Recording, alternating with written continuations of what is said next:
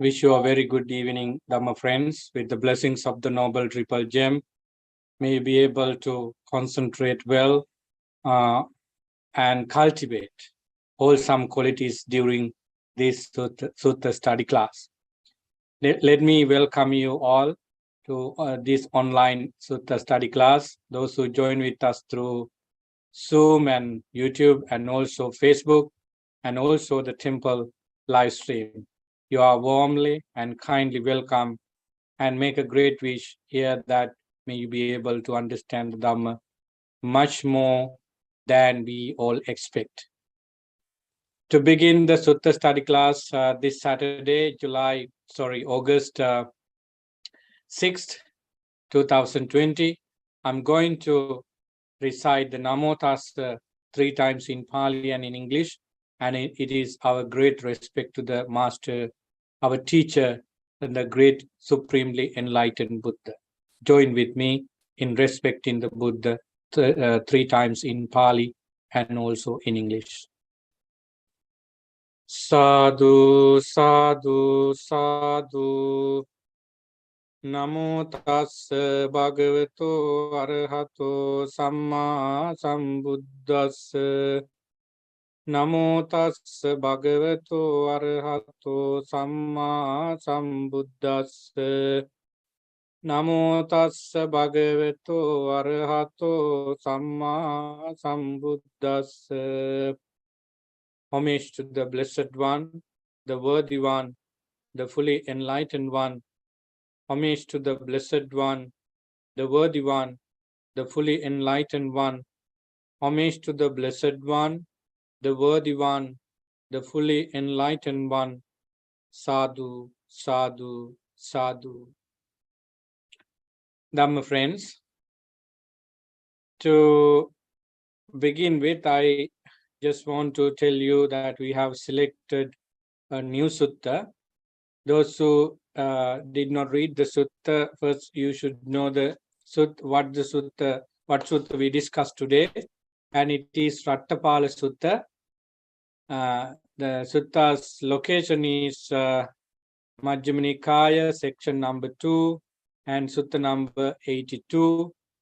So this sutta is significant in the sense of understanding the deep Dhamma through mundane experiences. And in other words, by analyzing your life and everybody else's life from mundane experiences, you can go to supramundane experiences. So this sutta is significant from that regard as well. And then if you read the sutta from the beginning, it's a very interesting discourse because of the story itself, and also how one can absorb the Dhamma by listening to the teachings of the Buddha. At the same time, there are many things for us to think about, like how Rattapala, as a young person, got into Dhamma in such an extraordinary way, and his determination to become a monk and practice the Dhamma to enlightenment is also very significant here. And the message we can get out of this sutta is also significant, and it comes at the end of the sutta with remarkable statements of the Dhamma by Venerable Rattapala. Let's read the sutta. I'm not going to read everything in the discourse because it's too long, and but I try my best to give you summarized versions to begin with, so that you can get ready for discussion with Dhamma points. I have the Pali version with me and also English translation time to time for the sake of easy understanding and also explanation. I use both version since we have grew up with Sinhala and Pali tradition, especially with Pali. We are pretty good in understanding certain terms in Pali, so that I read them time to time, but definitely we can understand the meaning of them in English too. Friends, this sutta is uttered by the Buddha when he was in Kuru country. And you know, the Kuru country is famous for various reasons. For us, it is famous for different deep discourses. Kuru country is famous in Hindu traditions too, because of some reason. And when we come to Buddhist order, this country is significant because of their wisdom, because of their real genuine practice practicing the Dhamma. The village called Tullakotita is the village name here. The Buddha and large number of bhikkhus went, and whenever the Buddha visited a place, the message of his visiting, though there were no any media like today, travels to each corner around that area. So large number of bhikkhus along with the Buddha went to Tullakotita village, and everybody usually came to listen to the Buddha, because the Buddha is popular among Buddhist followers as well as non-followers because of his extraordinary character. You can see the Sutta that everybody recognizes the Buddha with Itipiso stanza. Today we recite it for respect and our mindfulness on, mindfulness training. Those days, people recognize that Prince Gautama Siddhartha as ascetic Siddhartha, Gautama, whatever name they use, he is so and so. He is a teacher for gods and humans. He is known to everyone, and he can tame any person. He is the Buddha. So people have that kind of background in their mind about the Buddha. So we can see that people in Tullakotita got to know about the Buddha with the same statement. Then Buddha delivered the Dhamma. The story began here in the group, in the assembly. There was Rattapala, the young person who belongs to the richest family of Tullakotita. So this listening to Dhamma by Rattapala, young Rattapala, is a significant incident because he understood the Dhamma as the Buddha delivered. But at the beginning over here in the Sutta, we do not know what Dhamma the Buddha delivered,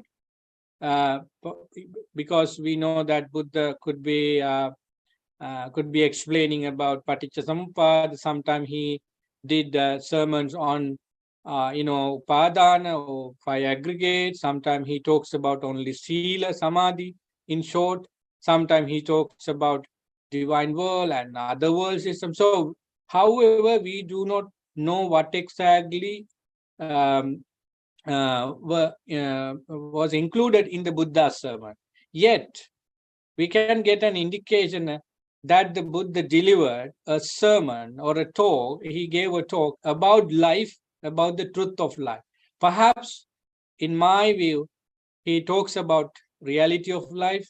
It means suffering, fundamental suffering of human life. And he talked about the way out of suffering. That's why Tullakotita got that strong inspirations to be a bhikkhu, because he said in the discourse that if I want to practice the Dhamma as the Buddha explained, in other words, if I want to be a part of this Dhamma and Vinaya exactly as the Buddha said, I cannot do it as a layperson with all kinds of duties and responsibilities. So I should go and become a monk under the Buddha. Then only I can practice this Vinaya and Dharma accordingly. So he went home after the sermon. Before that, Rattapala did not know the procedure of becoming monks. He got the idea of becoming monk, but he did not know anything about that process. Then he went to the Buddha and asked, Venerable Sir, I want to become a monk. This is why I came to you. I thought that this life is miserable. This life is not as it should be, and uh, I cannot gain what you said, being at home with all kinds of responsibilities. Then Buddha asked the question, uh, do you get permission from your parents, or have you taken already the permission of your parents, because they are the guardians of your life? In the Dhamma and Vinaya, there is a provision that nobody could be ordained unless they have the permissions from their guardians. Then Rattapala confirmed that he did not. Then get the permission and come over when you get the permission. So we have no problem of making you a monk. Then when Rattapala went home, and this is the only child of the family, of the richest family in Tullakotita, the chances are less, because when you have one child, how could you give him to the sasana, because there is no one to take care of your properties, inheritance, and so on, tradition, and so forth. From parents' point of view, the mother and the father of Rattapala was right. They were right, because they wanted his son to be a great, successful business person who carry out all kinds of tradition. But from the Dhamma point of view, from what Rattapal understand, it is not right. So he started a hunger strike.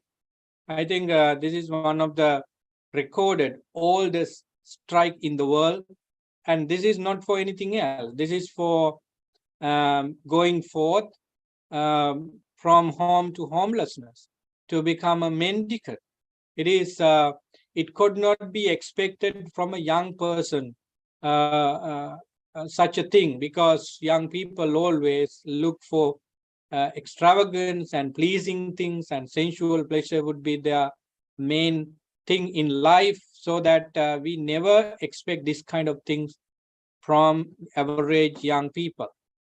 However, you can see how strong his Dhamma, inclination of the Dhamma is, so that he started a hunger strike. He did not eat for several days. Now parents are begging, and but he is not stopping his strike. Then, as parents, they thought that we should call upon his friends, and then friends came and requested to stop the hunger strike and enjoy the money and everything they have, but he did not change his mind. Then friends and close people to Rattapala understood that this is not going to work. Even if he becomes a monk, he's living as Rattapala. There may be other changes happen to his life, but still Rattapala is living. So they were able to make sense of the parents that give this permission. Otherwise, you own only the dead body of your only son. We make an agreement that for you, that he becomes a monk, and he will come to visit you time to time. So then parents understood the severity of the stubborn, or not, that would not be the good word to say, but they were all stubborn in one sense. But Rattapala was right, because he knew that the samsara is so dangerous, and if he live like a lay person, there is no escape for him to get out of the samsara. So then parents, despite their promises and agreements, finally said that, okay, we give him permission. So then when Rattapala went to the Buddha and ordained, and it is interesting. Those days, monks entered into the order for one reason, that is to strive so hard on the Noble Eightfold Path and attain enlightenment sooner. If you read Theragatha and Therigatha, you can understand how much strength they had.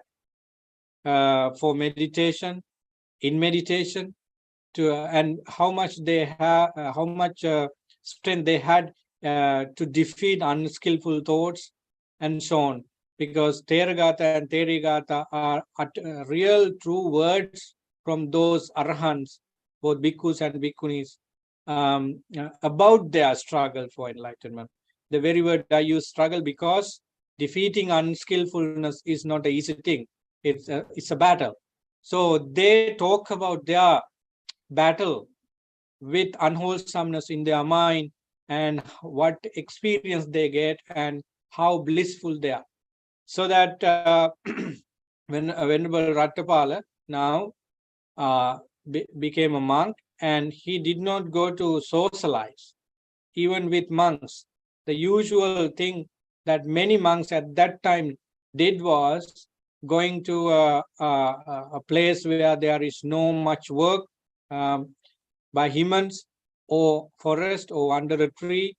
They meditated with instruction given by the Buddha or their teachers. So not so long, according to the Sutta evidences, Venerable Rattapala was able to be an arahant, be an enlightened person. So we do not know what meditation he did was, and we do not know how quickly he got into first jhana, second jhana, third jhana, and so on. There are no much evidences in the discourse, but we can imagine that he got through all the important qualities, went through all the important qualities and confirmed his enlightenment. So now he remembers his promise to his parents and also friends and relatives. And he came to the Buddha and asked the permission from the Buddha to go to his hometown, because that is how the arahants do. Then the Buddha looked at Venerable Rattapala and understood his mind, that he, of course, had done what has to be done in the name of attaining enlightenment, and there is no any threat now for him to lower his mind to something unnecessary. It is really interesting that the Buddha had that security. Even we know that arahants are,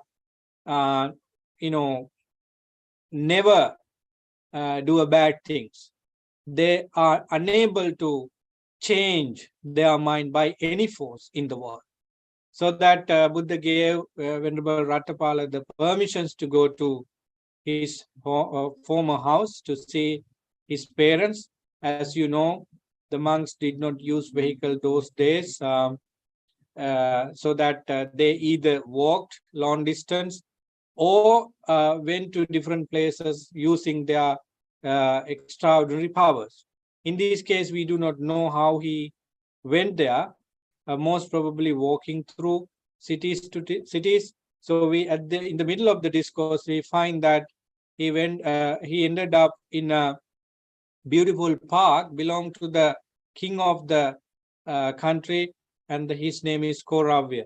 So now Venerable Rattapala, being an arahant, stays peacefully and in a calm way. And one of the duties that all the monks do was going on Pindapata. So now it's time for Venerable Rattapala to go on Pindapata around towards his parents' house. And you see in the story that Venerable Rattapala went there, and nobody recognized Venerable Rattapala, even the father and the mother. Interesting. The father was angry with all kinds of mendicants, especially Buddhist monks, because he thought that those Buddhist monks, including the Buddha, did the damage for the family by taking the only son of them into the order so that they spend a miserable life. So Venerable Rattapala was recognized by his father and also the mother. They were accused with bad words, so that Venerable Rattapala did not get anything from parents. But he was not discouraged by that. At the same time, what happened? The servant lady came out of the house with some food that could not be used by anybody, but he was going to throw it away. Then Venerable Ratapala requested the servant lady to drop them into his patra, and there was no any problem for her to do that. And while doing that, she recognized the hands of Ratapala, Venerable Ratapala, and so on. And exactly, she knew that this is no one else but Venerable Ratapala, the former second in charge of the house. Then he ran to the house and said the matter to the mistress and also fathers of Ratapala, and they hurry up to the place where Venerable Ratapala sat down and ate that spoiled food. Then we see the interesting conversation between Venerable Ratapala and also the father. And why? The question is that this is how Arahants work. They do not see any significance of their former house, former relatives, and eating something is required for them, but they are not looking for taste. They are not looking for anything like that. From father's point of view, it is a disgrace for the family. Why are you begging food from house to house? Because you have a house, you have good food. Please come over into your house, our house, and accept the food. Then Venerable Ratapala showed us a very strong principle of Arahants. We take food for living, we take food for one time for a day, and after that, even though we got very delicious royal food, we never accept. This is how Arahants work. So, however, the father was able to make the invitation for the next day, and the story is done from there. When we come to the next part, we see that the father and the mother and the former wives of Ratapala, along with servant, were ready to change Venerable Ratapala's mind by showing the wealth they have and also making all kinds of pleasing gesture and behavior by the wives. So you see what happened at the end. Venerable Ratapala was not given food as soon as he entered, but type of intimidation was there for Venerable Ratapala by the father and also the wives. Interestingly, that is not working for the father, because Arahants never change their attitudes, Arahants never change their style of living. And he directly said that I am a member of the Sangha, which is headed by the Buddha, and this is how we maintain our behavior. And I do not have any desire for any of those gold that the father collected in the middle of the house, and the gems and other properties, and just throw them away to the river. I do not see any value of those things.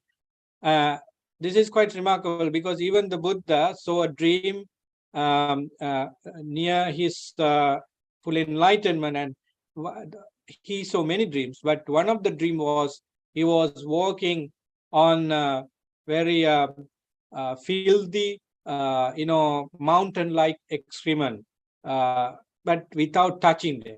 So he mean that dream as such that he never see the value of any material gift. They are just like those filthy things.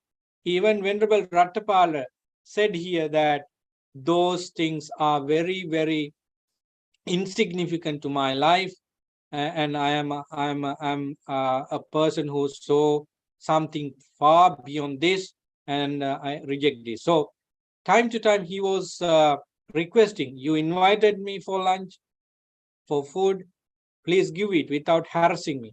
Then we can see that the former wives of Venerable Rattapala was trying to induce him with all kinds of behaviors, but with one word of Venerable Rattapala, they changed their mind, they fainted. That is sisters. So when you to call your wife seriously sister, she might be in upset mood, because it's a kind of it's not a kind of term that you use as husband to your wife. If you use it, it could be a very dramatic change of your mind.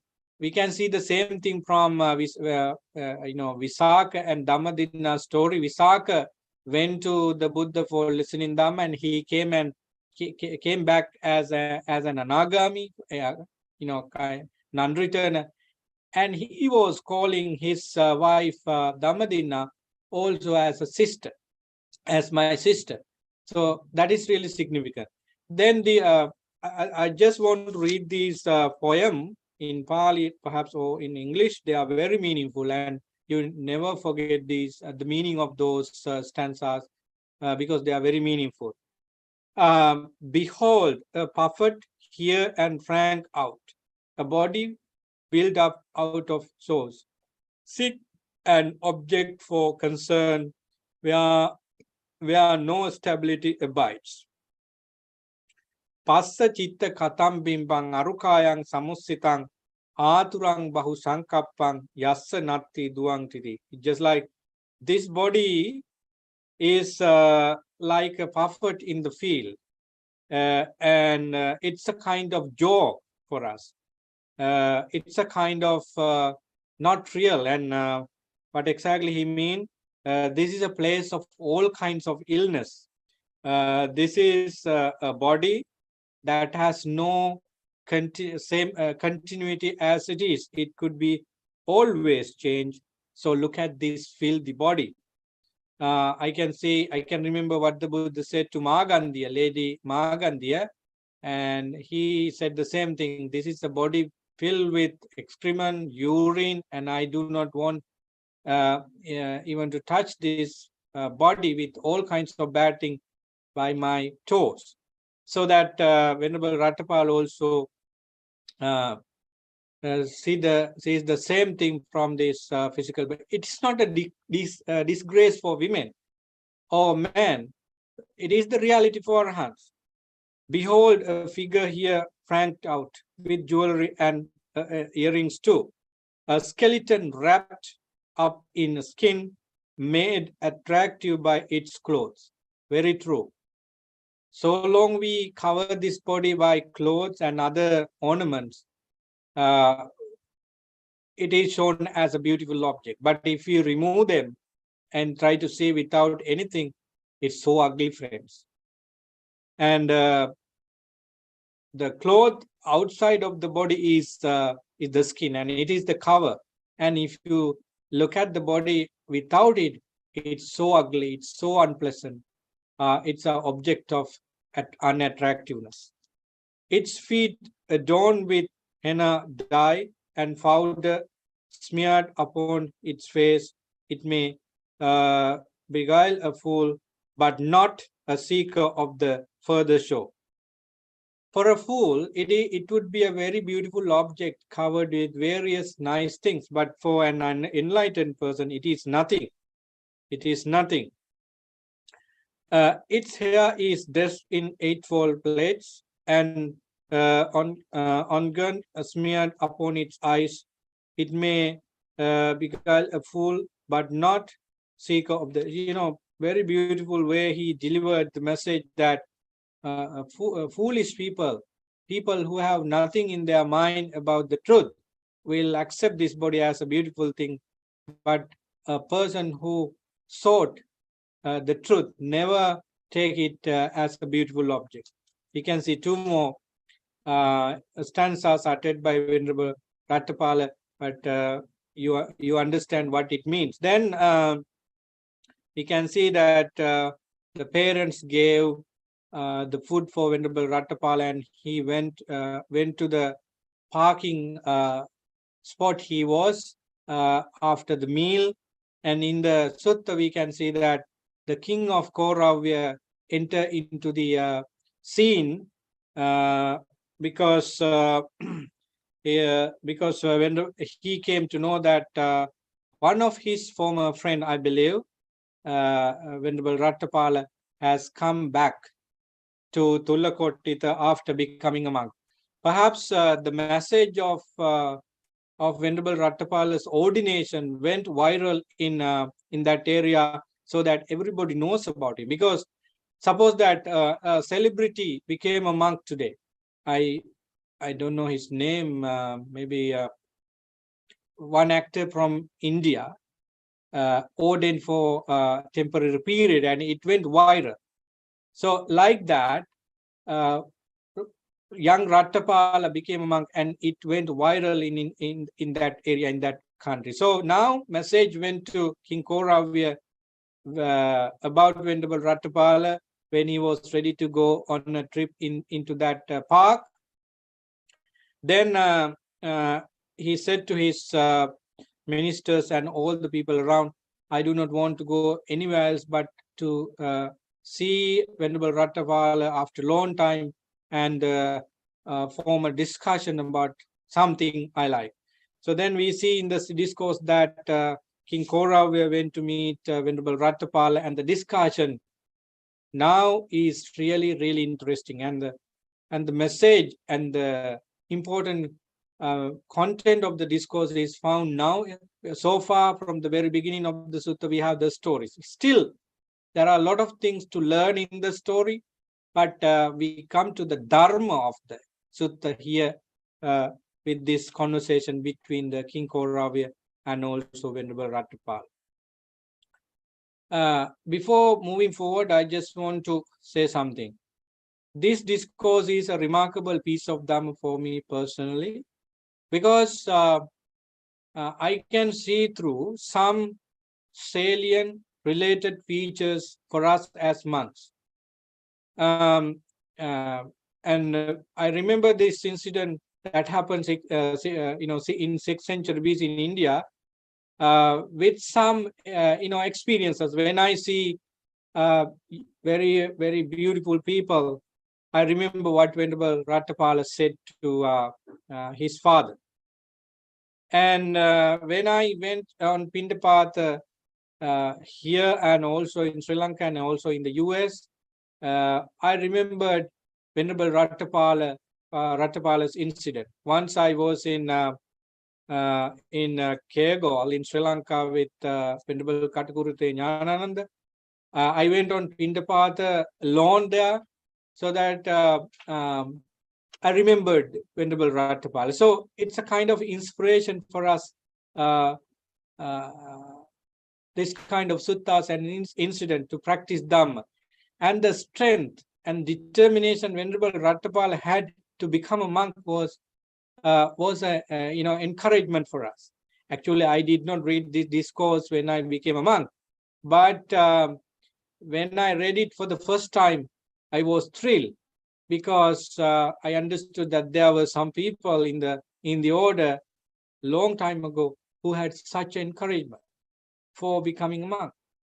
So then how he faced the challenges as an arahant are also example for us, though we are not in that mental state, so that this story is really significant for me personally, to bring my Dhamma into application if it is not into the position I expect.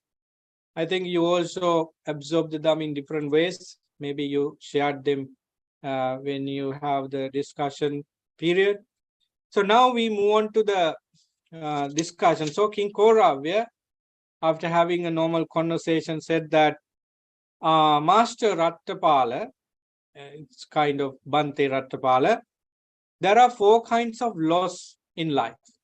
Now King Kauravya is curious about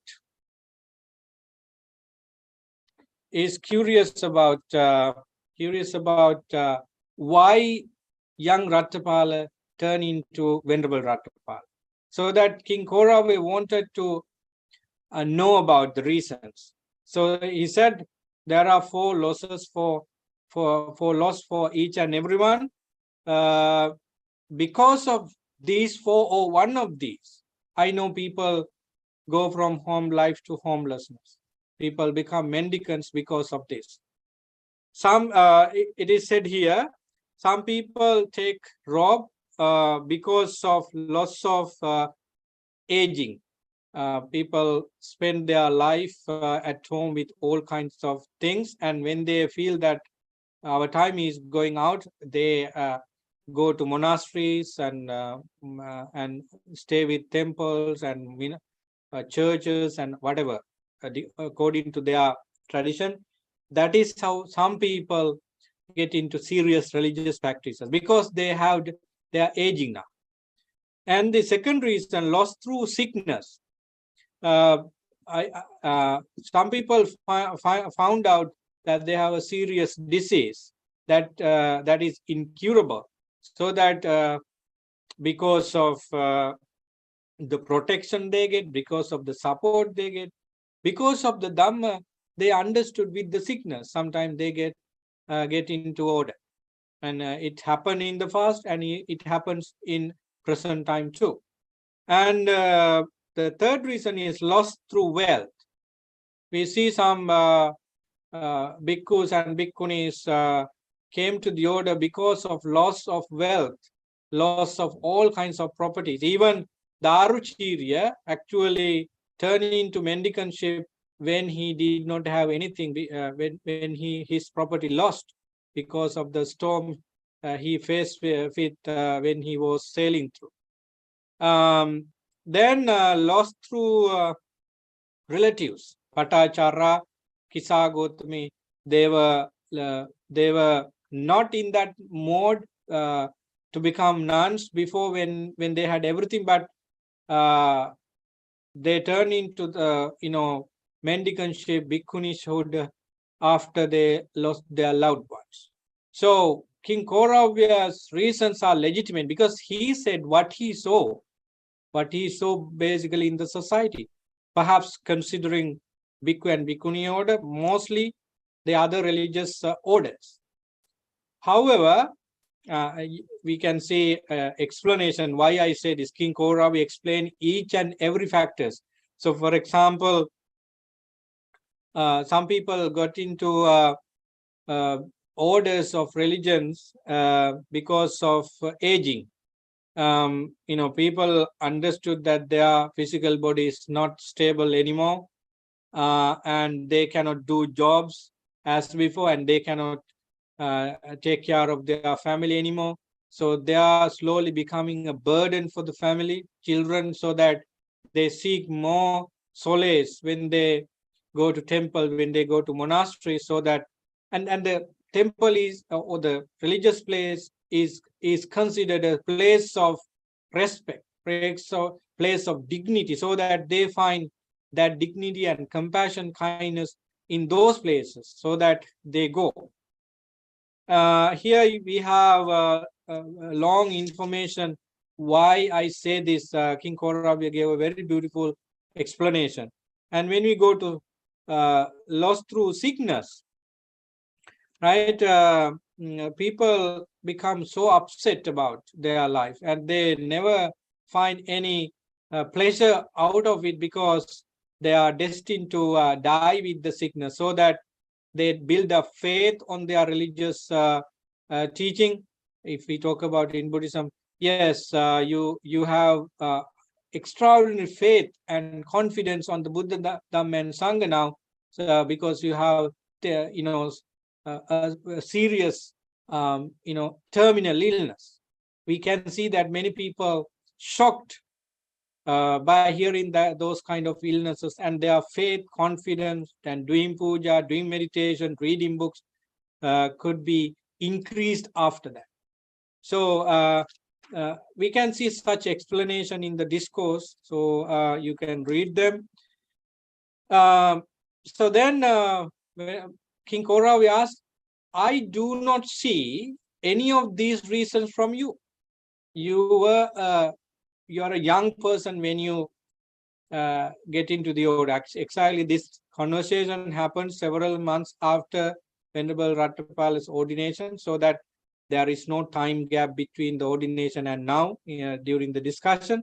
So you are a young person. I do not see that you are aging. You are a young person, and you do not have any problem with your physical body. You have good health, and your wealth is always increasing. Your father makes sure that you have everything with you, and then you are a successful business person, and father as well, and the whole family, and your parents are still living healthily, and your former wives. And what made you to become a monk? So this is the very reason. Great king, on that day I listened to the Buddha and understood the meaning of life. So this is how he said, I went forth from the home life into homelessness, and these are the reason. Life in any world, any form, is unstable. Not only human life, any life system, any life form, whether it is human or non-human, animal, divine, whatever it is, they are unstable. I think you better remember the Pali terms if you can, because they are very, very powerful, and it is uttered by many monks and people when they deliver Dhamma. So if you can remember these terms, I think that's very beautiful. Upaniyati loko adduo. Upaniyati loko adduo. The life in any form is unstable. It is swept away. This is the first Dhamma summary of the Dhamma taught by the Buddha on that day. So I understood this statement of my life by the help of the Buddha. Actually, these, before I go to the next three, I just want to tell that these are very true utterance of Venerable Rattapal. Upaniyati loko adduo. Upaniyati loko adduo. They were not, the exact words were not uttered by the Buddha. They were real words from Venerable Rattapal. Right? But they are according to the Dhamma. They said the truth about life, as the Buddha said. That is the first Dhamma summary that I got from the by listening to the Buddha's teaching. And the second one, life in any world or any form has no shelter, no protector. In Pali it is said, Atano loko anabissaro. Atano loko anabissaro. That's mean life in any form or any system has no shelter, no protector. This is the second Dhamma summary I developed by listening to the teachings of the Buddha on that day. And it is the second reason why I decided to go from home life to homelessness. Now we go to the third one. Life in any world has nothing of its own. One has to leave all and pass on. So this is the third one. In Pali it is said, Assako loko sabbam pahaya gamaniya. Assako loko sabbam pahaya gamaniya.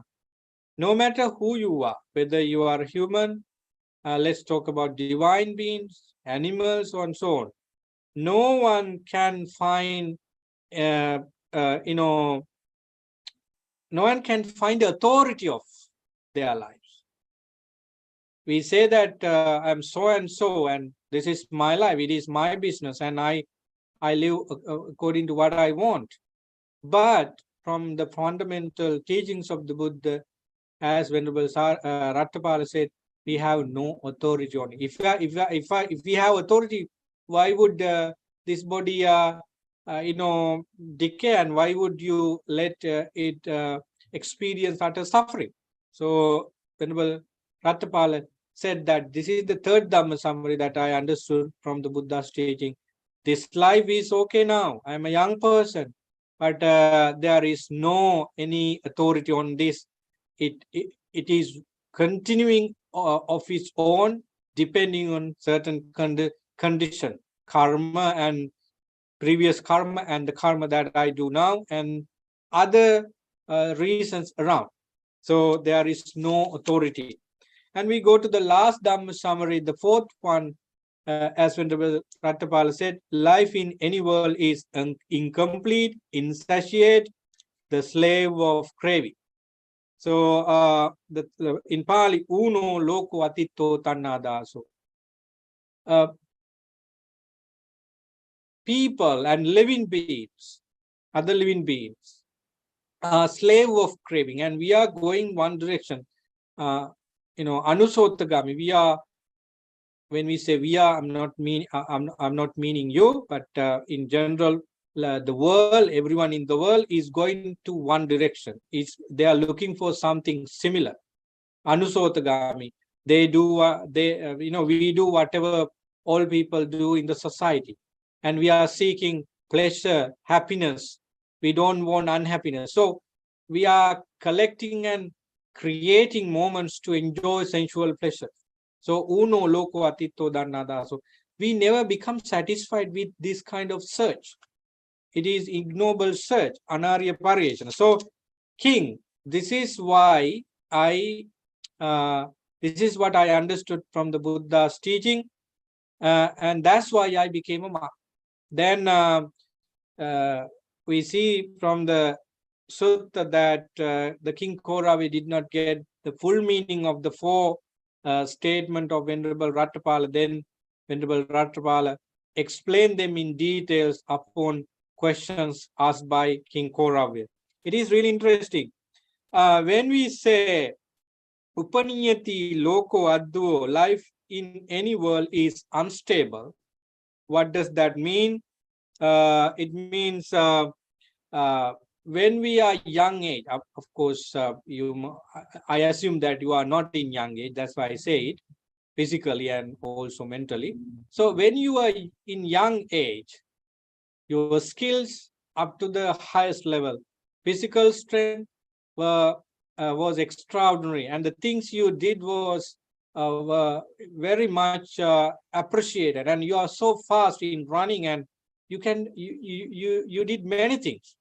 But when you come to the age of 60s, 65, 70, 75, 80, could you do those things that you did in 20s, 30s? No.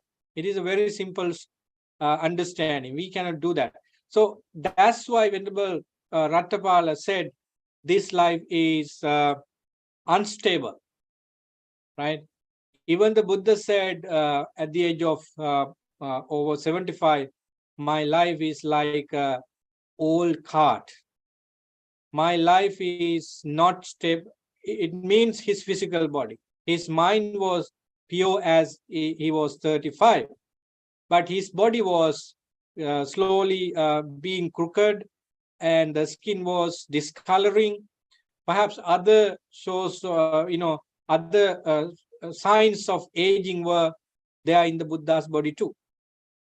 And we all know the fact that all of us experience this aging. So this is why Venerable Rattapala said this is not possible. And where Venerable Rattapala, made sure the king about this is asking cross questions.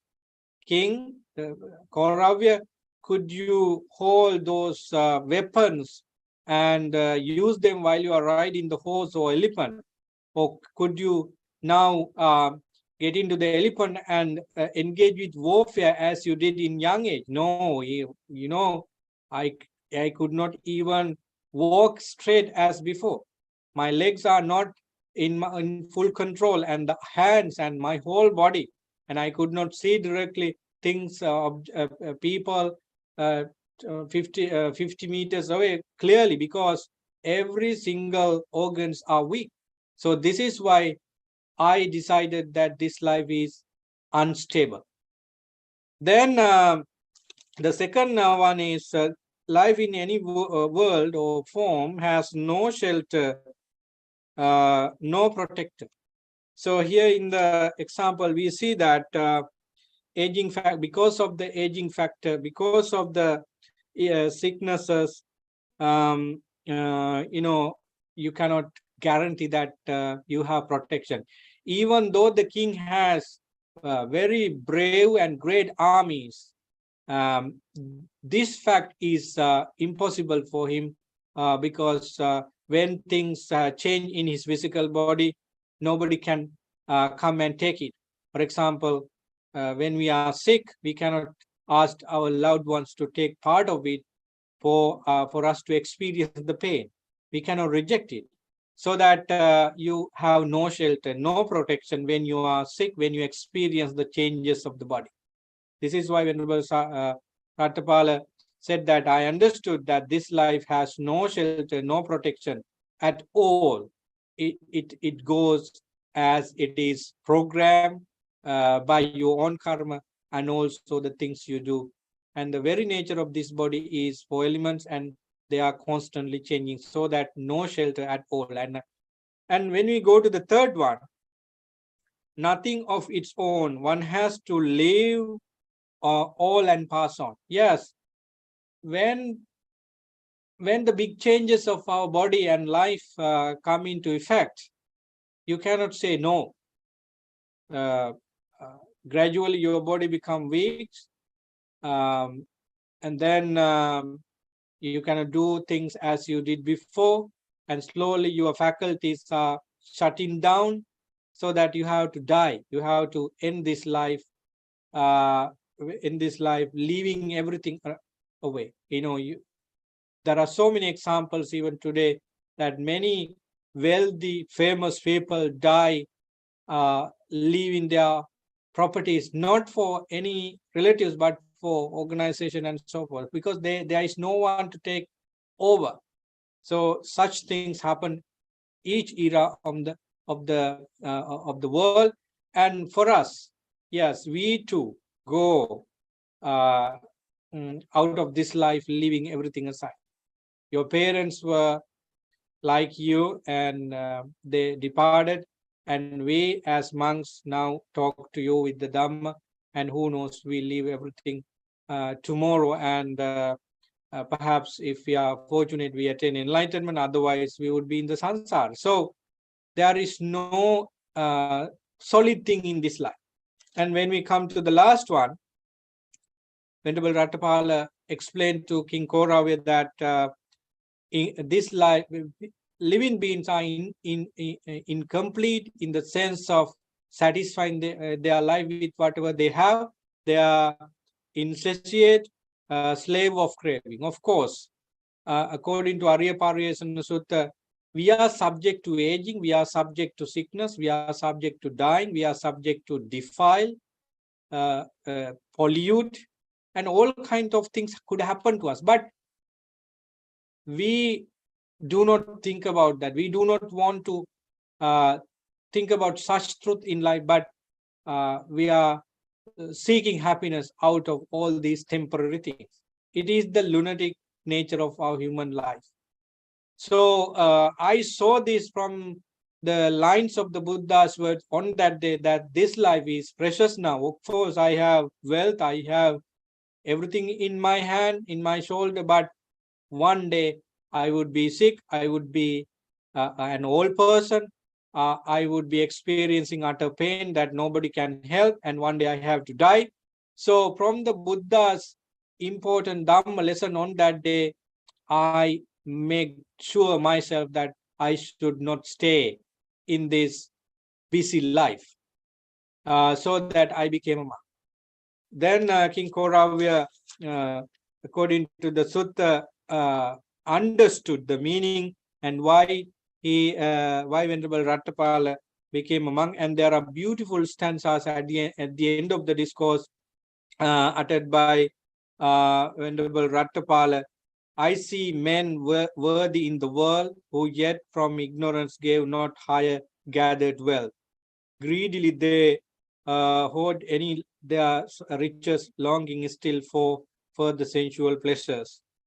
if I said to you one stanza in Pali, actually I invite you to read the Pali also, because if you are able to, because they are giving you so much meaning. I don't ask you to read if you do not I do not ask you to read Pali if you do not know, but at the same time they are encouraging you if you know the Pali. Passami loke sadane manusse laddana chittang dadanti moha luddha danang sannichayang karunti biyovakami abhipatyanti. The meaning is said already. So Venerable Rattapal explained to King Koravya that people are ignorant in many ways, especially when they cling to those temporary things, so that they are like slaves on sensual pleasures. Raja pasaiha pataving vijitva sasargatang mahimava santo orang samudda satitta rupo parang samudda svipatteto. So even if you try to win everything in the world, even the king of those countries who claim their victories, they actually cannot reject the truth of life, and just like everything else, they have to face the challenges. So I'm not going to read everything. At the end of the discourse, you are free to read them. So this is what Venerable Rattapal at the end said to King Koravya, and I think King Koravya understood the meaning, but there is no indication that King Koravya got into any stage of enlightenment. So that is Rattapala Sutta. I'm sorry if I took so long to go through the Sutta, because Sutta is so long, even though it is in middle discourses of the Buddha. Okay, without further ado, let's start the discussion. And what you take on this discourse? What pieces of Dhamma you like most for your practice, and how you are encouraged by these 4 statements by Venerable Rattapal. So the floor to you. I think 2 hands are raised. I don't know who raised hand first. Dr. Pial, as usual, you can take. Okay, I just have a comment about this world. When they say loco, I mean, in Shanisara Bhikkhu's translation in Access to Insight, he kind of indicates his loco is the world of 6 senses. And as is in a footnote number 8, I think Access to Insight, this translation, I think the many sutras Buddha discuss the world, Loka Sutra. There's lots of other sutras. What is the ending and the beginning of the world?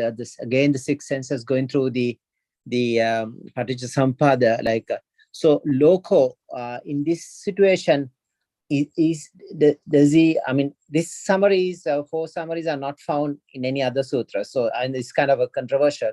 So Loko, does he mean here the world of 6 senses in a real absolute form, or is it like a conventional loka meaning the world system talking about? But Thanissaro Bhikkhu talks about as the 6 senses, like in this footnote. I don't know, I don't want to just confuse too many people, but I thought it is an important point. No, it's a valid point. It's a valid point because in the Dhamma we see loka has different meanings. When we come to deep Dhamma, loka is nothing but this salayatana, and it's a valid point. And we can also use this loka for the outer, accepted what we call sammata loka. Yeah, it's a valid point. It could be either, if you turn it into your Dhamma practice, you are also a loka. You are a loka. This world, actually, world outside is agreed upon by our mind, and the loka is created by our mind. If we do not have senses and Yeah. there is no possibility of existing our mind also. Exactly. Right? So the loc outside, like let's say that the Parliament Hill, the CN Tower, let's say the Tuparame, Anuradhapura, Sri Lanka, the America, the Canada, they are all concept we created in our mind. Of course, they exist outside as material, constructed things, but it But we is perceive true. through the six senses, right? Without the six senses, Indeed. there is no world existing Yeah, to us. So the indeed. senses bring the information and creates the world for us. So Yeah, in a that's way, true. yeah. I think that is the world you should take into your mind if you take the training seriously and go forward.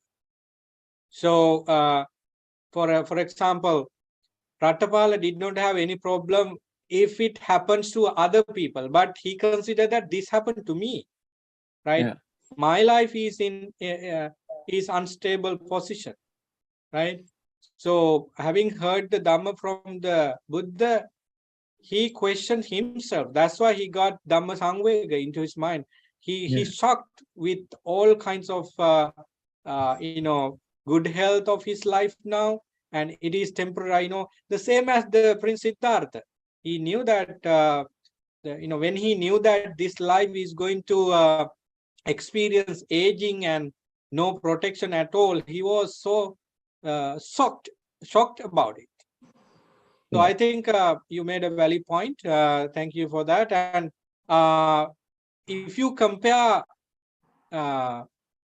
yourself to others, it's also valid because into a certain extent. But we can say human world and the society here and there and so on, and we can understand certain dharma from those external things as well. But if you want to go further in the training into deep Dhamma, I think you consider the sixth sense world inside of us.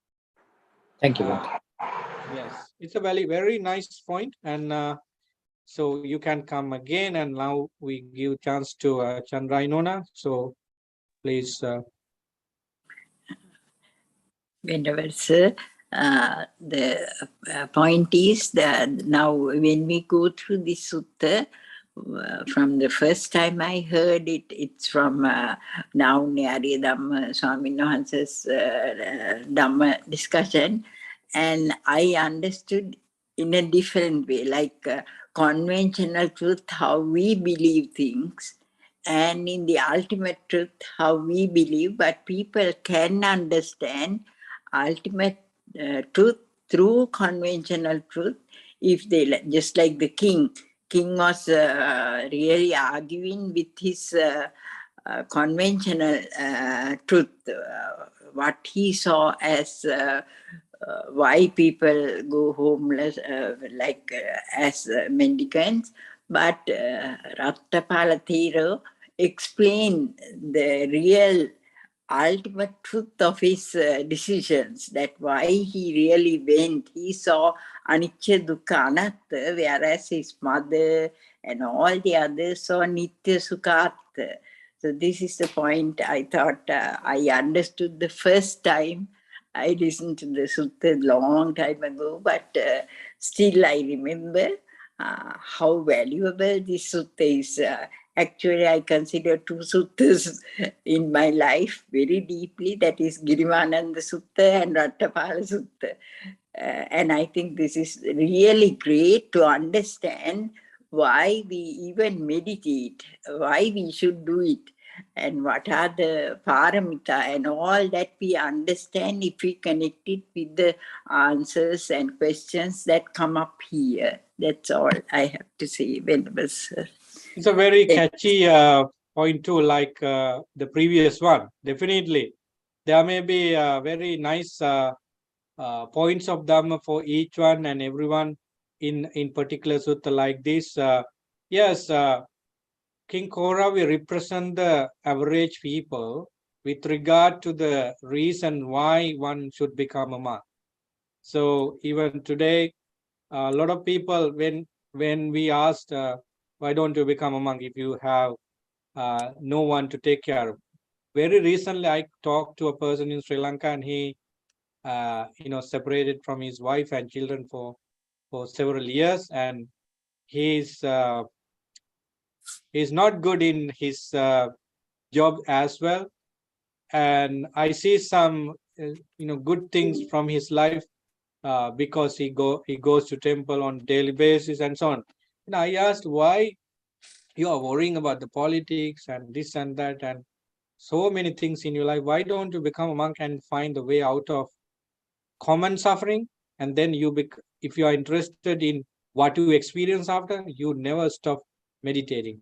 However, he said that, Bante, I'm still below 50, and I say I should wait in this life. When I get 60, so over 65, I should think about it. So people think that sometimes some people think that becoming a monk is last thing they do in their life. So that is actually given by the Brahmanism in those days, because they separated the human life into 4 sections. In the first section, they stay with parents and study, and in the second stage, they actually get married and do all kinds of luxurious thing in their life. And third, when they come to the third state, they succeed their business ideas and other things, and get married, get children, and accomplish that. And the last stage, they let go of every belongings and become mendicants. That is how Brahmanism teaches the lifestyle. So I think that has in our society too, that people should become monks and nuns when they cannot do anything. No, I think if you, into a certain extent, you have good experience in your life when you become a monk around 60s, 70s, because you have experienced so many things. There would be a plus side for you. But at the same time, it is not the very reason why you become a monk. You become a monk to seek the truth, to find the reality of life, and so that there is no age gap. But failures of your ordination much more higher than young. When you become a monk in young age, there would be chances of getting out of the order because you haven't experienced the life, lay life with sensual places anymore. However, according to the available truth, many monks in the world ordain in their young age, below 15, and they somehow manage to escape from all kinds of dangerous things and stay in life. If you make a research, only 5%, less than 5%, monks and nuns got into the order, having done all kinds of things in their life. But the situation was different from the time of the Buddha to today. In those days, many monks, came to the order in their middle age and young age, not young age, middle age and old age. So yes, your point is right.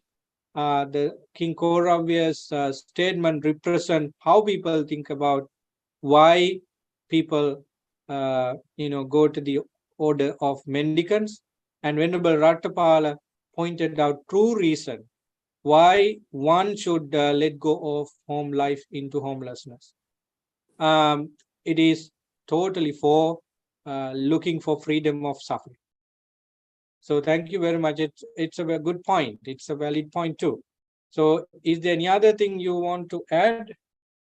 So Purnima, thank you for telling us the name of that famous actor from India who became a monk for a short period of time, I believe.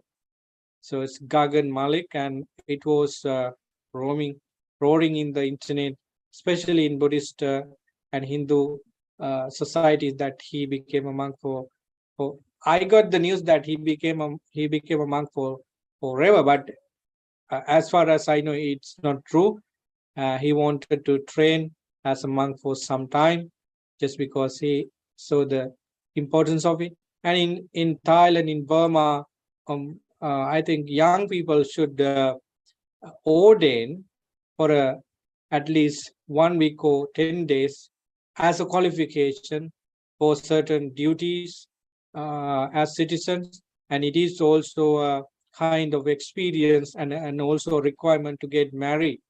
So they expect the training as monks, just like army training. If you stay in a monastery as young monks, there is a particular time you have to wake up, there is a particular time you go to uh, bathe, and there is a particular time you should switch off the light, and slowly you are supposed not to violate any rules, and if there are violation, you have type of peaceful punishment for that.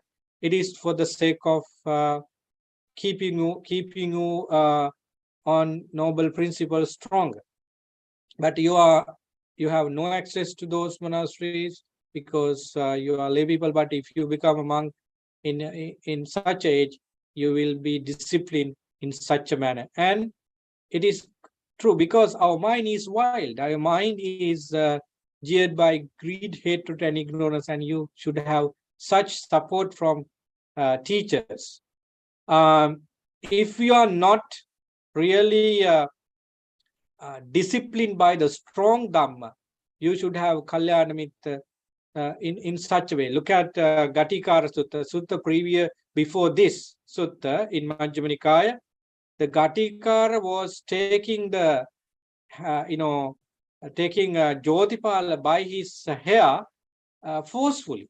So if you are a Kalyanamita to your friends and family, sometimes you use unconventional method to tame and discipline those friends if they do something negative.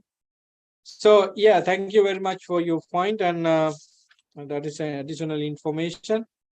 So my invitation for you with this discourse is to think about the danger of this existing lifestyle. You may have everything in your life, but do not think that you are safe, secure, and up to the highest bliss, because there would be a moment that you experience pain. No medicine can take it out, because your faculties are dying, and there is no such thing that come to protect you from. It is you who develop some Dhamma, could be able to handle the situation. Otherwise, no doctors, no family members can help you.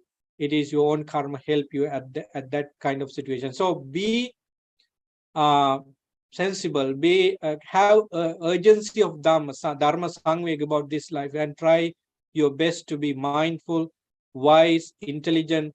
Do not let stray your senses on sensual pleasures. Protect them, protect your senses, guard your mind, beautify your mind with wholesome qualities, so that you can actually go easily into the moments of enlightenment. The other thing I just want to emphasize here, Rattapala changed 90-degree from his previous lifestyle after listening to the Dhamma.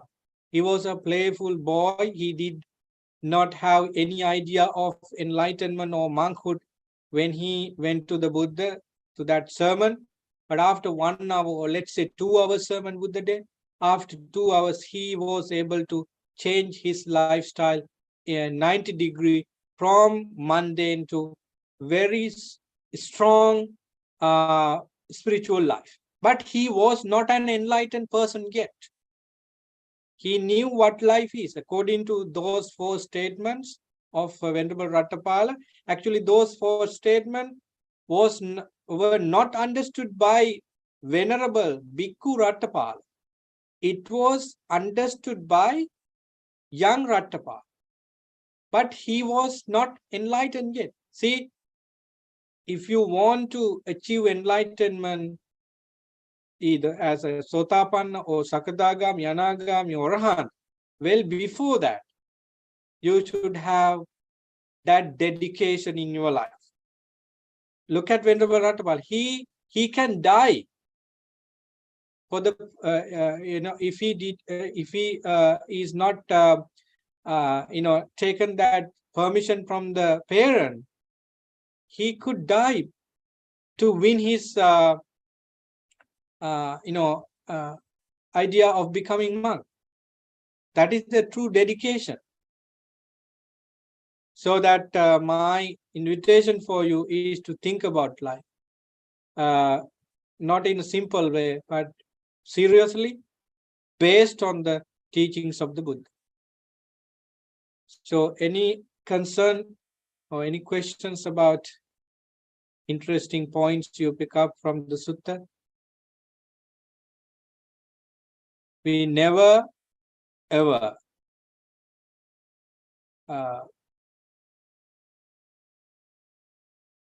look down upon any person by saying this, look at that body, it's filthy, it's full of excrement, bad smelly things in it, and so on.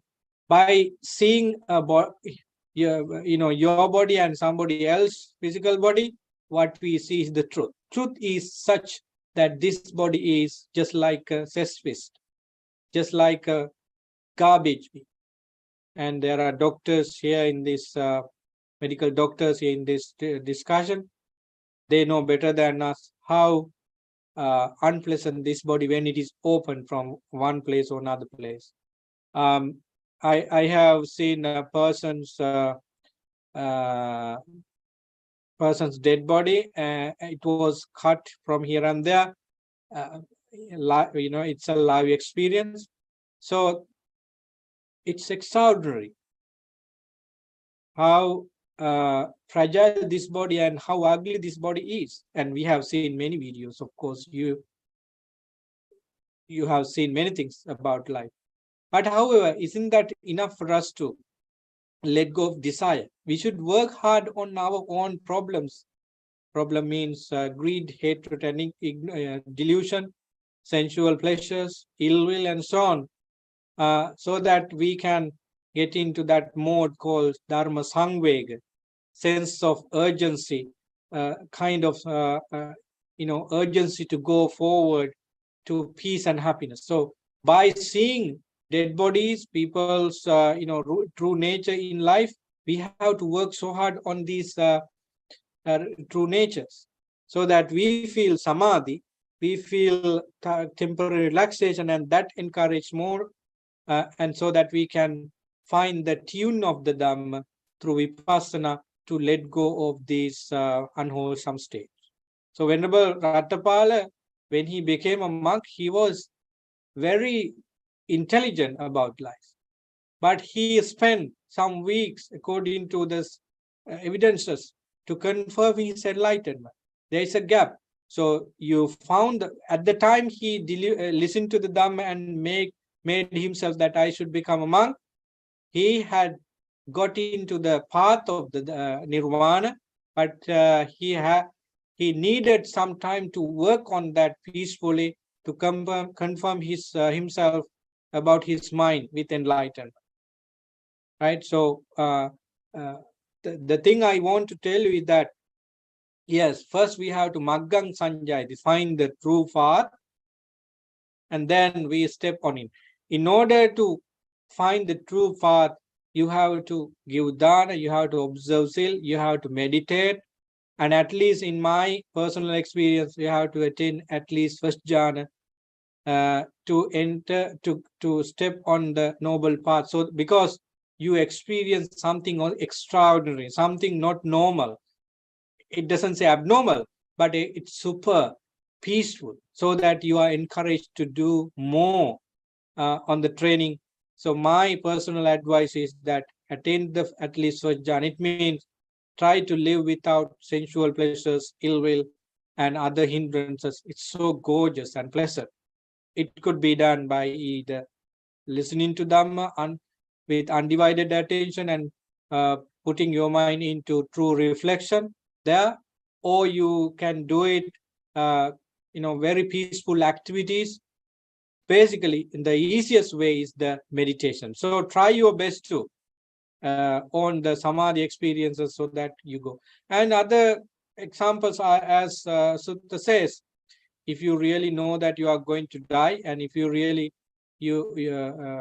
understand that this life is full of problems, so there are easy ways to enter into the Dhamma and work on further on the necessary Dhamma for you to step on to some extraordinary Dhamma experiences.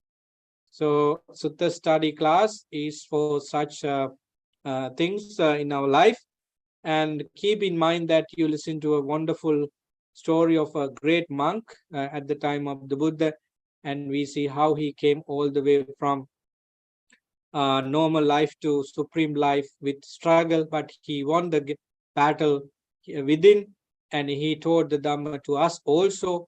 And we do not know whether his father and mother put into right Dhamma exactly.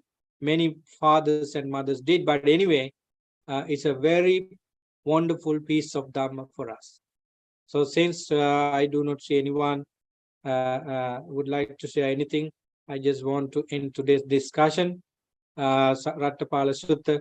So may you all be able to keep the Dhamma in mind as Venerable Rattapala did, and practice meditation in a broader sense. Meditation is practicing the Noble Eightfold Path and confirm your enlightenment, just like Venerable Rattapala. May you all be well, happy and peaceful. See you next week with a new Sutta. Sadhu, sadhu, sadhu. Sadhu, sadhu, sadhu. Sadhu, sadhu, sadhu.